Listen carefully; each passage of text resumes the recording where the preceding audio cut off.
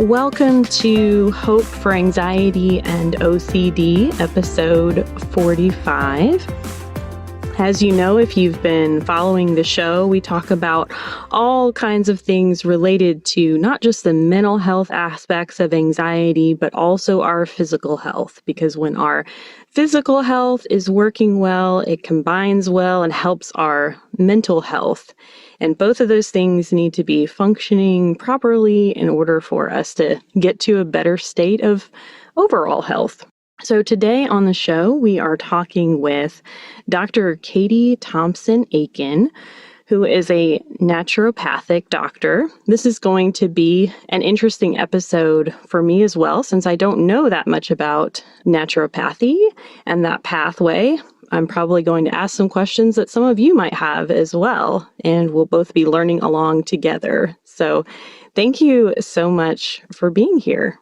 Thank you so much for having me. It's always a pleasure to talk about anxiety and the mind-body connection. And a random fact, I think you are the first Canadian that I've had on the podcast. Oh, that's fun. Yeah. And I know that we have listeners from all over the world. So it's good to have people outside of America on every once in a while. I think this adds to our diversity. That's wonderful. It's my absolute pleasure to be here today. Let's talk a little bit about how can seeing a naturopathic doctor benefit people in a little bit different way than seeing a doctor that follows like a traditional Western medicine path? That's a great question. I think when we start talking about naturopathic medicine, a lot of people think of it as an alternative medicine, but I like to use the word complementary.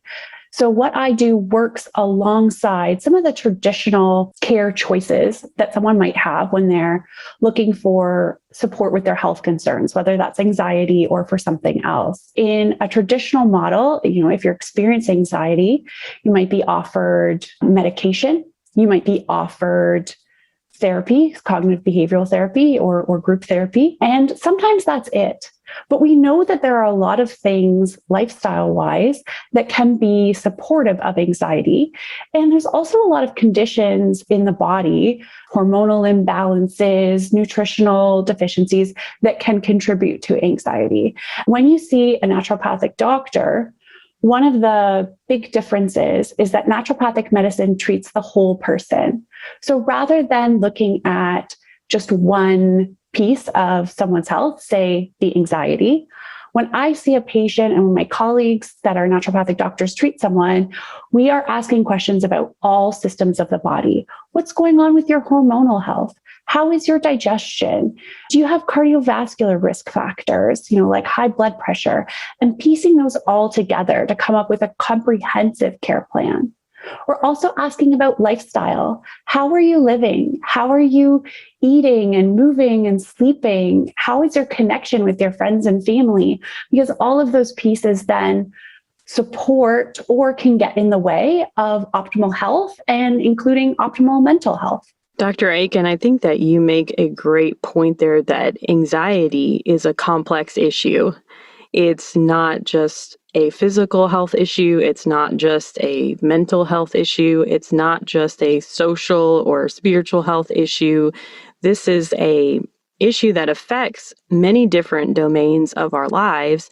And so it's important that we're able to look at all of those different domains and evaluate them. So I like that that's something that you bring to the table for people that you work with. Thank you. Yes, I think it's very important that we acknowledge that, when we're talking about any health condition, there are physical, mental, and spiritual causes and solutions for health concerns. And my approach is to look at each of those, look at the resources that people have available through that, and really work to find solutions that support people through their physical, mental, and spiritual well-being. I know sometimes maybe a rut that certain doctors can fall into is having a one-size-fits-all approach.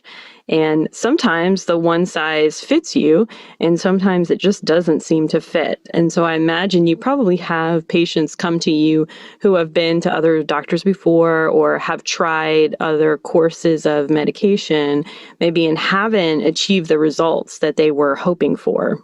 Absolutely. I see a lot of patients that have resistant or like what's considered treatment resistant depression or treatment resistant anxiety.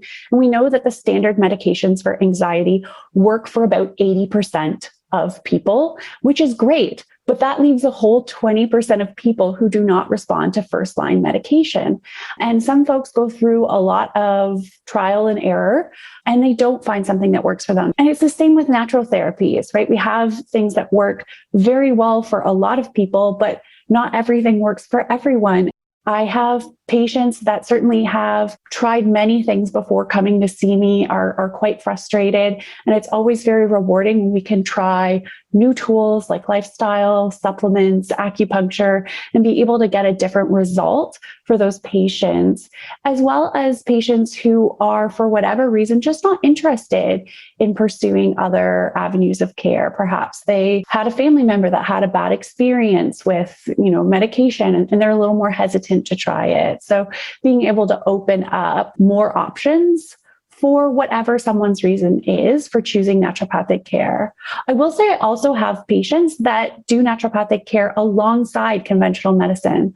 I have a lot of patients that take medications, and we work on supporting their lifestyle so that their medication doses are effective, so that they can stay at the lowest effective dose, that they're reclaiming their health and their life in terms of how they want to be living and their choices. That's an awesome option too. So it doesn't have to be completely one or the other. You can really combine both together. I like that. Yeah, I think it's really important to know that you have lots of choices and it doesn't have to be one or the other. We can work together so that you feel supported in your mental wellness. Talk with us about what you consider to be the pillars of mental wellness.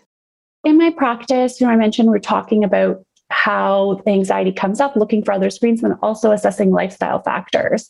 And I call those the pillars of performance. We go through 5 of those: nutrition, exercise, sleep, prayer or mindfulness, and connection.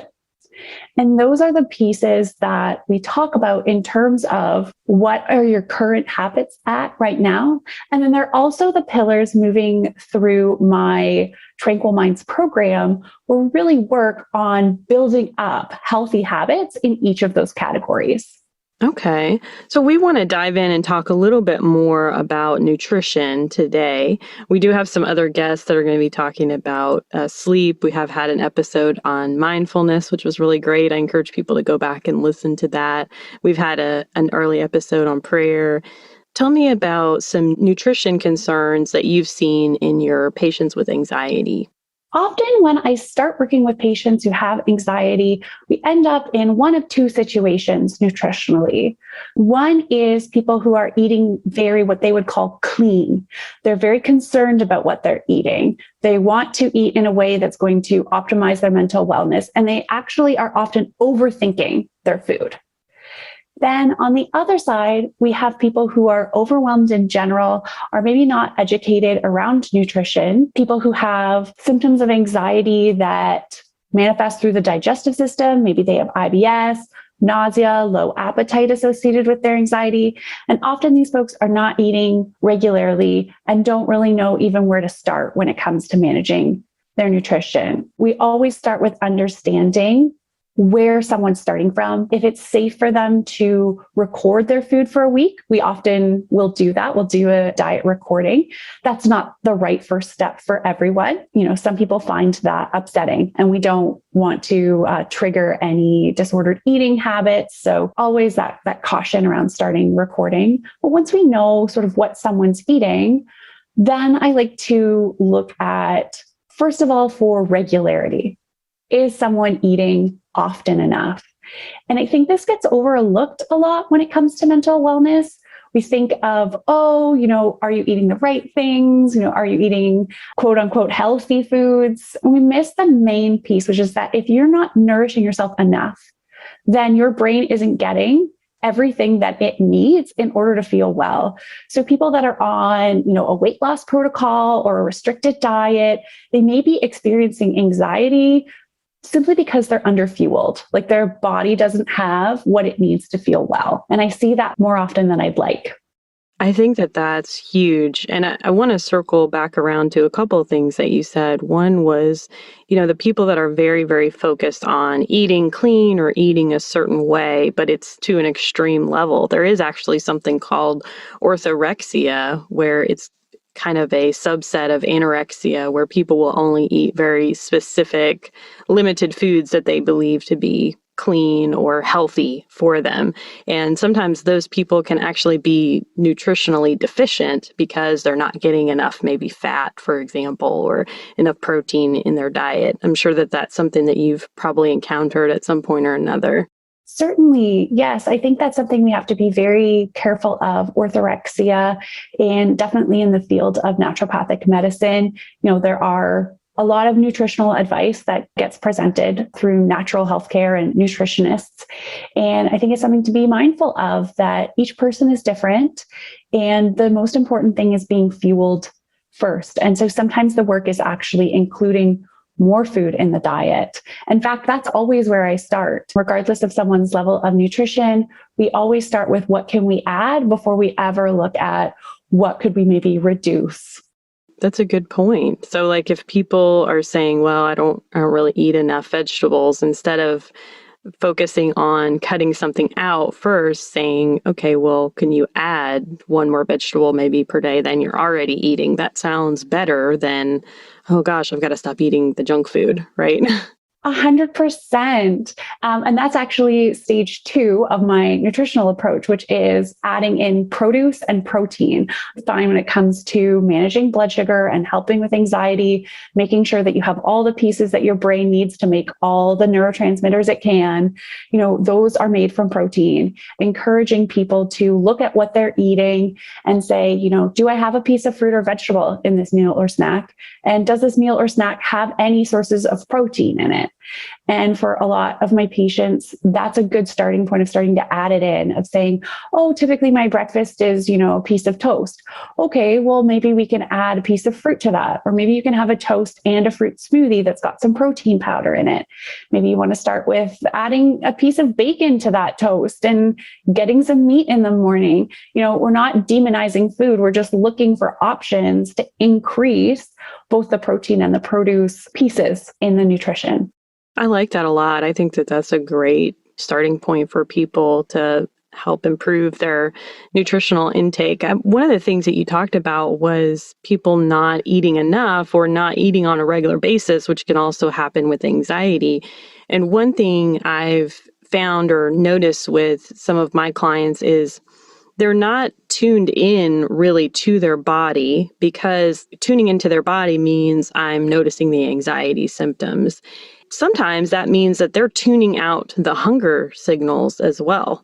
Like, I'm not really paying attention to that. I've got to work, or I've got to stay focused on something else and just plow forward. And next thing you know, it's 2:00 and they haven't eaten all day.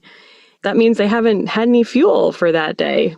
Absolutely. I see that as well. I also see sometimes a confusion of hunger cues and anxiety cues. So not feeling well in the stomach, having some nausea and going, oh, I must be anxious, rather than reflecting and saying, well, when was the last time I ate? And, I've worked with many people where we've been able to separate those cues out and try eating. If it's been, I give my patients a guideline of 4 to 6 hours. So when you're looking at your day, especially if you're not used to eating regularly, and say, are there times where I'm going more than 6 hours without eating? And then, or more than 4 hours? And when you have anxiety feelings or anxiety thoughts come up, and it's been that long since you ate, just questioning, am I really worried about this, or should I have a snack?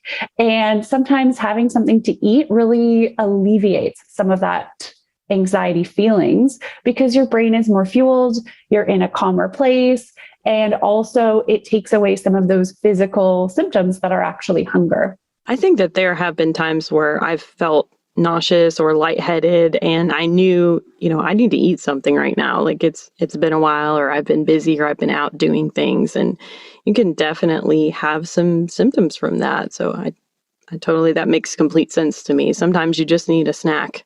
sometimes you just need a snack. I know for myself, I had an experience like this. I was picking up my daughter from daycare. I'd had a busy day. We were walking home, so I was getting lots of exercise that day. And as I was approaching home, I just noticed all these like worried thoughts were coming up for me. I was like, I think my husband was traveling that day. I started wondering, is he going to get home safe? How's this going to go? And I just was like, wait, when was the last time you ate? Why are you worrying about this? Like, there's no reason for me to think that, my husband wouldn't come home safely that night. And sure enough, it had been about 6 hours, got an after school snack in with my daughter. I didn't have an anxious evening. I just had an anxious thought. So from my personal experience and from working with my patients, it's definitely something that can be helpful for a lot of people. Yeah. Can you elaborate on that point that you made about neurotransmitters and protein? Because neurotransmitters are like the things that are targeted essentially in medications for anxiety, like SSRIs, those types of things are affecting serotonin.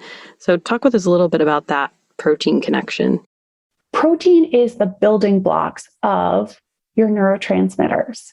Without getting overly technical about amino acid breakdowns and which ones become which neurotransmitters, I always invite my patients to just consider, do you want your body to have just enough protein to make it your neurotransmitters? Or do you want to have abundant protein so that it's easy for your body to find the building blocks it needs to make these neurotransmitters? I don't do a lot of precision medicine or genetic testing in my practice. That's just not how I focus. I focus more on basic principles like eating protein because I find that's more accessible for most people who are really struggling. But when we're looking at some of those more precision pieces, we get into this idea that what if you have a genetic polymorphism or a change in your own genome that makes it harder for you to make a certain neurotransmitter or piece of mechanics in your body that's important for your nervous system. One of the ways nutritionally that we look to support that is just making sure that there's an abundance of everything that you need in order to make those systems run. But really, there's no need in most people, I would say, to do that precision piece as a starting point. Most people are not having tons of protein throughout their day. And so just looking at that, especially if you're feeling anxious and your stomach's upset and it doesn't feel good when you eat, certain foods, looking at how to get in just regular sources of protein, eggs, chicken, fish, like just food can really make a difference in making sure that you have the pieces that you need. The other reason that I really love focusing on protein for my patients with anxiety is it's very stabilizing to blood sugar. And one of the things we're learning about anxiety and blood sugar is that folks who have anxiety seem to be sensitive to hypoglycemia. So when they eat something that's high in sugar, their body is very good at removing it from the bloodstream. And actually their blood sugar can go too low and cause that shakiness and nausea you were describing earlier as like, oh, I'm hungry and I need to eat.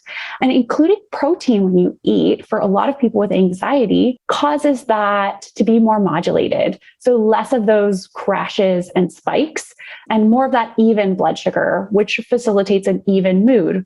Sugar is the fuel that our brain is using to make decisions and feed our nervous system throughout the day. So when we can eat in a way that keeps it stable, we can keep our thinking more stable as well.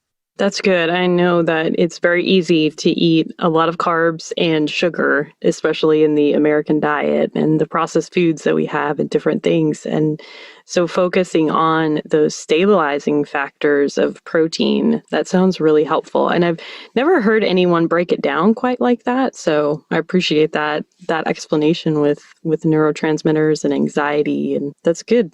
We talked a little bit about eating more protein, focusing on adding things that we need to add, like produce. Are there any other small steps that you encourage people to take to help improve their nutrition?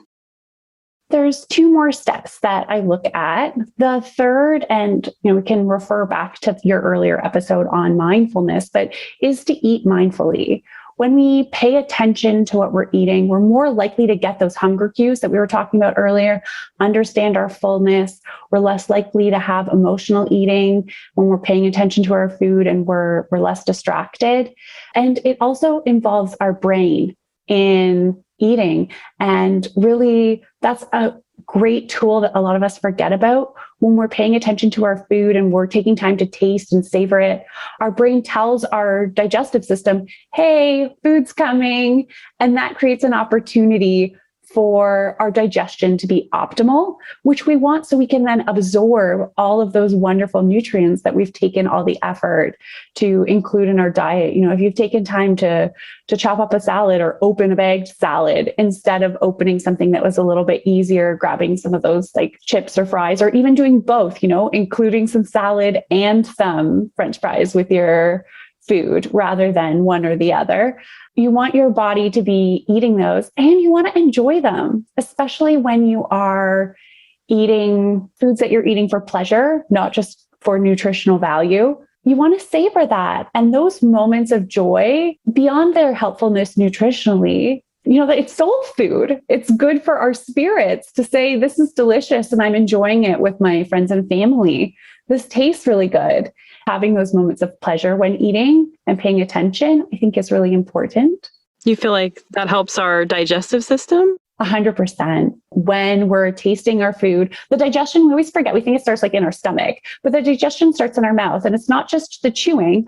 We have this wonderful sensory organ of our tongue and our nose. And that's sending information to our brain saying, hey, this is what's coming. When we taste foods like vegetables that have those like bitter notes, that causes our digestive system to increase its gastric juices to say like, here's some stomach acid, here's some enzymes. You're going to need this to absorb this food properly in order to break it down.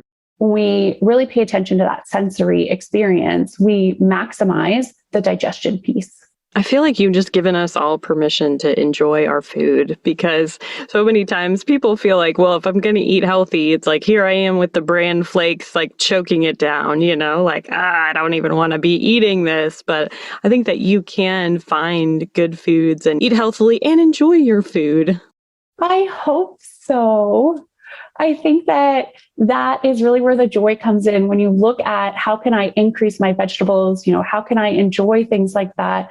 It's a lot easier to do when you actually enjoy eating the vegetables. I love to cook, and I've been on this journey of discovering my favorite way to eat all of the different vegetables. So for example, my favorite way to eat cauliflower is roasted with cumin and lots of olive oil and salt. Yes, it has salt and it has, fat on it, but that doesn't make it a bad food. In fact, it makes it delicious. And then I eat more of it. Yes, I like cauliflower roasted like that in the oven. I don't really usually eat it any other way, which is kind of interesting. I don't necessarily like it raw. And anyway, that's a whole nother issue. But I think finding the ways that you enjoy the vegetables is important if you're going to be eating more of them. If you just think, oh, I've got to eat it this way and I can't, I have to make myself enjoy it. That's just going to be torture. Find some good recipes, experiment, enjoy the process, and get more vegetables in your day. Tell us about your book, Create Calm. My book, Create Calm, was really brought out of my wish to share the Tranquil Minds method that I work with my one-on-one patients on with more people. Like I said, I practice in Ontario in Canada, so I really can only help people who are in Ontario, Canada. I was feeling really limited by that. I took my clinical methodology where we go through the 5 pillars of performance that we talked about earlier and put them in this book in order to educate how to go about increasing the pillars. There's a whole section on nutrition, which goes into depth about how to do the things we talked about today, like including protein and produce and focusing on eating regularly and mindful eating. But there's also sections on the rest of the pillars that we didn't get to today. How to maximize your sleep hormones, how melatonin comes in, how you can make your own melatonin, how to think about bringing in mindfulness, how to evaluate your exercise so that, again, like we talked about enjoying your vegetables, you're actually finding joy in movement rather than that obligatory, well, I better go for a run because otherwise I'll have more anxiety. Good. And the Tranquil Minds program, you actually have an online program as well. Is that right? I do. Yeah. So the Tranquil Minds was born out of my clinical work. And, some folks learn better from a book, but some people learn better from an online course. The Tranquil Minds program is available through online modules where you can listen to me talk, get access to a workbook that walks you through over 6 weeks, kind of like a boot camp style of revamping these health habits where each week we're working on a different piece of each pillar. So we start with eating regularly and looking at your boundaries. Then we move into protein and produce and exercise. And then we really grow from there till we reach the last week, which is our connections module, where we really talk about getting to know yourself, your relationship with yourself, looking at your community relationships and how to develop closer friendships, and then also your spiritual health, finding that connection to God or to however you connect with something bigger beyond our day-to-day selves. Okay. Towards the end of every podcast, I like to ask our guests to share a story of hope, which is a time where you've received hope from God or another person. I love this question. I love this segment on your other episodes because I think it's so important to just reflect back and be grateful for the times where you have experienced that. And I know when I looked back at my life, there were a few times that I was trying to pick from, but I wanted to talk about my clinical work and seeing my patients. Sometimes I meet people and I feel like I'm looking at them almost through a cloud, right? If you're trying to see what's really going on. And I always experience so much hope and gratitude when I feel like I can see a peek behind who this person is, behind their anxiety. And when I get to hear things like, I don't have anxiety anymore, or I really love myself now. I feel like I finally understand self-love. That gives me more hope than anything else in my life. And I'm just so grateful for the opportunities to witness that. That's awesome. That's really beautiful. Just seeing the true person that's underneath those layers of symptoms is great. So thank you so much for being on the show today. I think that this has been informative. I know that I've learned some things about nutrition and anxiety, and I hope that other people have as well. Thank you so much for having me. It's been my absolute pleasure. If you love the show in general or found this episode particularly helpful, please share with a friend. Word of mouth is always the best advertising. Just a reminder that our webinar is coming up this Saturday, and it is not too late to sign up. So go on our website, hopeforanxiety.ocd.com/webinar, and I hope to see you there. Hope for Anxiety and OCD is a production of By the Well Counseling in Smyrna, Tennessee. Our original music is by Brandon Mangrum.